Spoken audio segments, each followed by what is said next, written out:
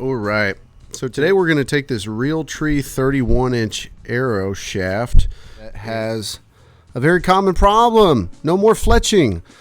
The fletching is gone, the vanes are gone. Fletching is actually technically made of feathers, so we're going to try to replace the vanes with fletching.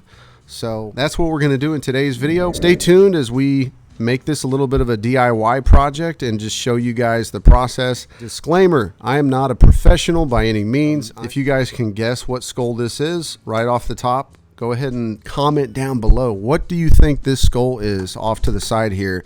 I'm curious to see what you guys can come up with. Really simple. We'll take a common flight feather and we will get our razor blade and we'll cut into this, and we need to cut out what our fletching is going to be. I usually take one of these rectangular razor blades, but these feather quills are pretty thick, so we need to shave these down to where there's going to be hardly any quill. Keep in mind, you can use an electric Dremel and save you a ton of time. This is, if you don't have any special power tools, this is the method that I use. Once you have your first fletch broken off of the quill, you will notice that it might need some shaving down, so we'll get some sandpaper for that later. This next one turned out real nice. I was able to get a clean cut on this one, and it was right on the edge of the feathers, so this is perfect. You can easily snatch up one of these cheap sanding blocks found at Dollar Tree.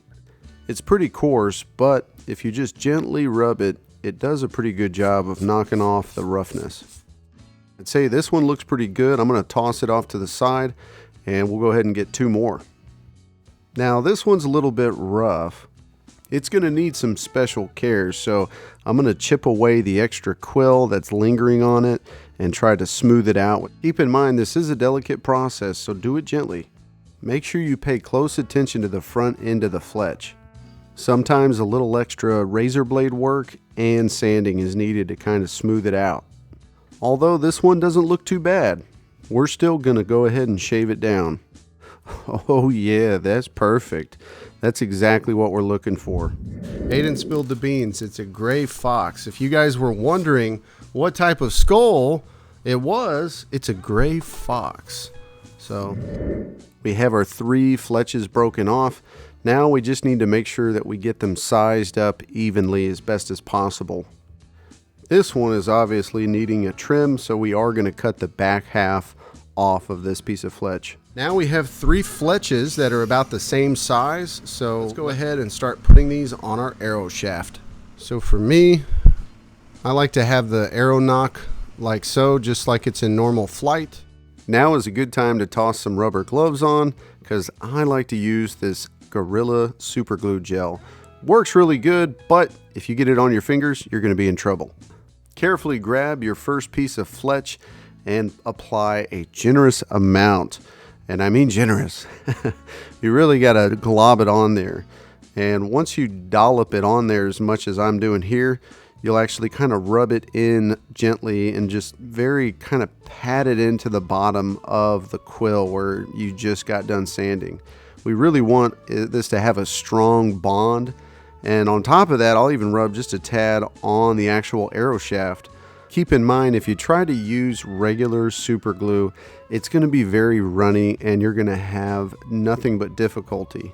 So make sure you get the gel application. Just to be on the safe side, I wipe off the nozzle after each use just to make sure it doesn't clog up on me. Make sure the rear of the fletching has about ½ an inch between it and the nock of the arrow. Let's go ahead and rotate this guy and line up our next fletch. I know what you're thinking. There's no way for me to measure exactly the space in between them. I'm just eyeballing them.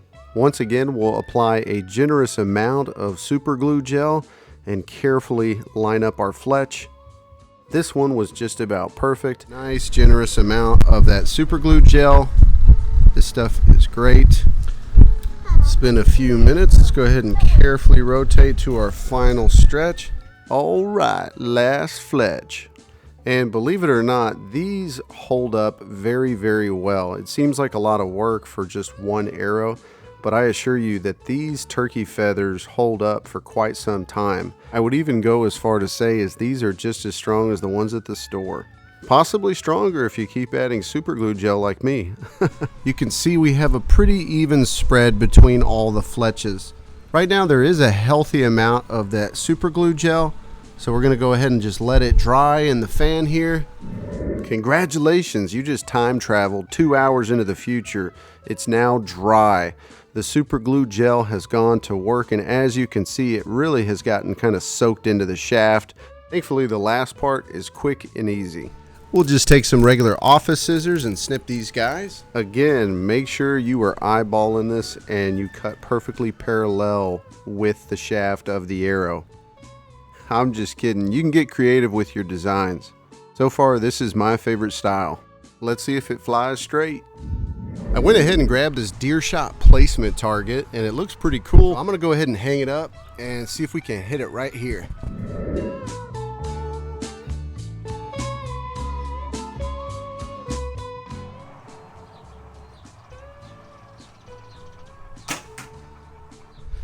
You can see the arrow flight is pretty straight. We're shooting this off of a PSE Kingfisher recurve. All right, we're 2 shots in, and so far fletching is holding up great. Let's keep shooting this arrow. All right, man, safe to say this arrow is shooting great. I'm gonna shoot it probably another 20 more times just to make sure. And if you guys want to stay around and watch that, feel free to. But if you're heading out early, I appreciate you watching so far.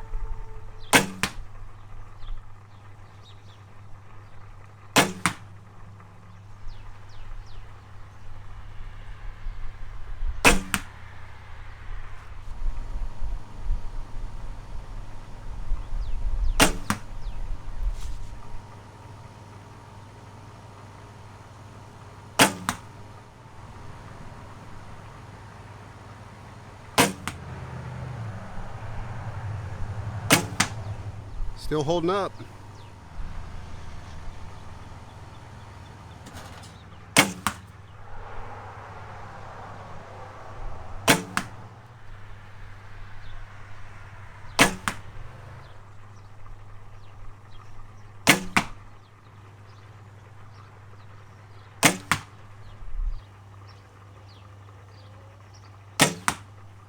They're holding up just fine, keeping their structure.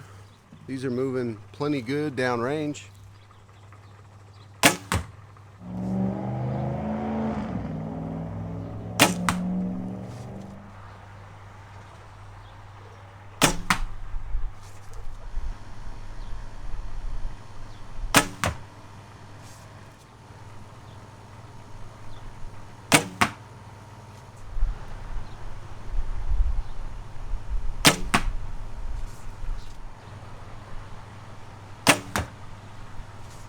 This arrow is shooting just the way we need it to, and I think it's safe to say that we could take this thing hunting and slap one of our broadheads on it. But I hope this has given you guys a better understanding of how to make fletching on your own and just get a little creative. So appreciate you guys watching, and we'll see you on the next video.